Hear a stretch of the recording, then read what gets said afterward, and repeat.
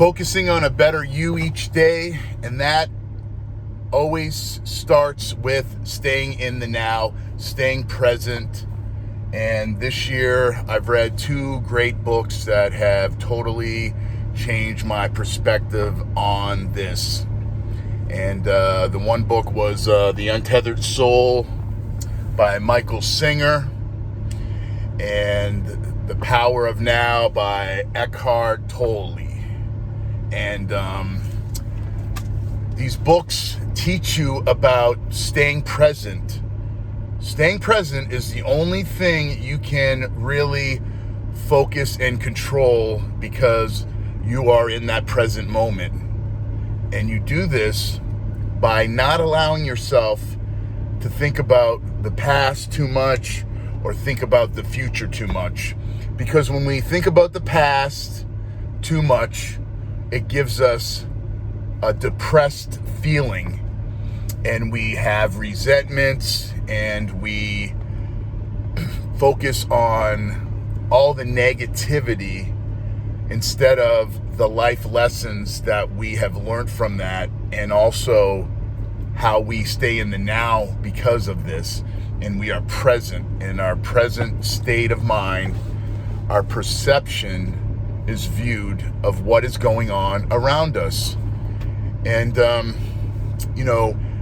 Michael Singer in The Untethered Soul, he talks about the dialogue that he had in his head, his mind, how he was aware of the conversations, how he felt, and how he just didn't do everything that he felt. He actually did the opposite.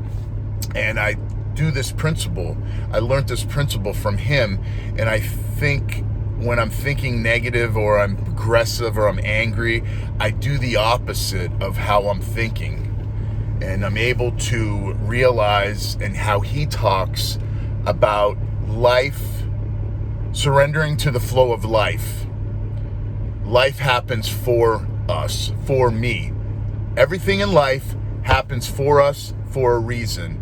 The reason why stuff happens or things go wrong, it's life, it's universe, it's God, it's all that telling us, teaching us about ourselves so we can learn to stay present and appreciate everything that's happening in our life, good or bad, especially the hard times. The hard times are what are so important, because how we can be successful through adversity, and how we can push ourselves and have perseverance through times of hardship. That's when all these tools that you use, your daily process, your early wake-up time, the meditation, the writing, the training, the time spent with self to reflect and always look for self-growth through every situation. Use it as a time to grow from. Use it as a time to learn from. Resentments, the way you feel, how it makes you feel, it's telling you that you're not living your life right. You're caught up in your feelings. You get emotional. You're dictating your behaviors by how you feel. So many people are looking for happiness when it's really about inner peace and being in that state where you're always on that incline going up. It's not a huge spike, but there's nothing going wrong, and you're doing everything, and you're just going up, up, up, up, up, up, up, and you're content with life. Life is all about being content. Happiness, when you search, especially when you seek happiness through external vices, pleasure seeking. This is why I preach so much about eating good. I've had numerous conversations with people about eating good, and I hear their excuses, and people will always want someone to co-sign on their bullshit. And if you do that, you're really not respecting, or you don't have the person's best interest in hand. You have to tell them that you're just making excuses up and they're playing the victim mentality. Because you see people that have a harder time with things. They have more challenges and they're able to get their macros right. They're able to get their training in. Maybe they don't have a gym to go to. You know, you look at all the people that can't afford to go to the gym, that work out maybe at home, or the people that are locked up in prison. They're getting their daily routines in. You know, the quality of food's not the greatest, but they're not sitting there eating honey buns, using that as an excuse. They're making things work. Making things work when the time is really not that easy. You don't have everything. People are looking for that perfect situation so they can start this perfect routine. Well, it doesn't happen. You have to start everything now. When you think about how you want to change yourself, change it now. Change it the next meal. Don't give in to your vices, your snacks, you know, Friday night out with the boys, drinking beers, thinking that you need validation through that behavior when your goals don't in line with your actions.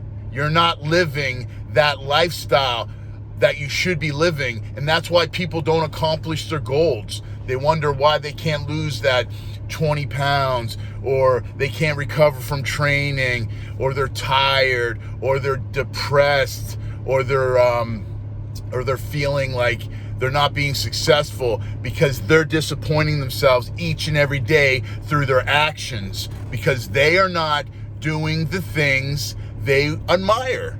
And basically, they disappoint themselves. The dialogue in their mind, the conversations they're having with their conscience is not in line with their goals. If your goal is to get ripped or be in shape, or you want to compete in a bodybuilding show, you want to make weight, you want to be stronger, you have to do everything that aligns in with that goal each and every day. You have to focus and push yourself and have no excuses. And when things get hard, you work harder. That's when you grind. That's when you don't give up. That's when you push yourself. I hear time and time again, people are like, well, I work so hard, I deserve to eat some pizza and have a cake.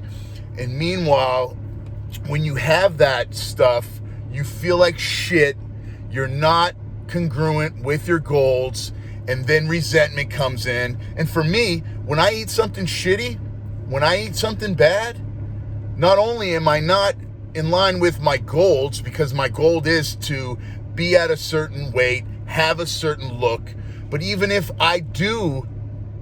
when I do accomplish that goal, when I eat something bad, when I have a snack, when I have some ice cream or have some pizza, it puts me in a bad mood. I'm snappy, I'm irritable, and then I take it out on the people around me that love me.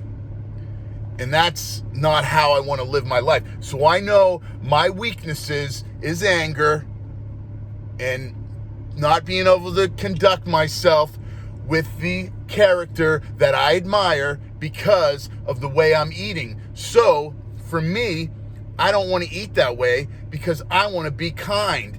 I want to be the best version of myself each day. I don't want to have the excuses. Today, I'm going to work harder than I did yesterday. That's the goal. If you did 12 things, then maybe knock out 13. Do those things that you say you're going to do each day. If you're tired, that's when you need to step up and go to the gym and train. When you're hungry, that's when you need to make sure you're eating the right macros or going without food. You know, I like to fast. I like to eat low carbs so I can think properly and I can really engage in my daily activities. And then every few days, I'll carb up and eat some carbs because I want my muscles to swell up and I want to put some size on. I want to put that size, my goals are to build muscle and lose fat. So when I carb up, I feel like shit, even though I'm eating clean foods and carbs, but I just feel not as focused as I would when I'm eating super militant, focused only on being the best version of myself each day. So if your goals are to change your life, to stop feeling sorry for yourself, get yourself together and push yourself each day so you build that accountability. You get up early. If you don't get up early and you lay in bed, you're that guy that doesn't want to get up and face the day. Getting up early is where gratitude is found. That's where you're going to find your answers. Then that's followed by some meditation, a quote, a Bible verse, whatever it is that you can bring into your situation, how that can touch your life, and then intense exercise to start the day. Early morning workouts, 100%. After you leave that gym, after you leave that workout, you're going to feel so great. You're going to feel so kind. You're going to feel like you could take the world on, because that is what your goals are, to be an example and to get that frequency up to a high level each and every day. So when you leave the room or you're talking to someone, they can feel your energy and they know where you've been and what you're doing, and it will rub off. And that's why you acquire the character you admire and then you give it away.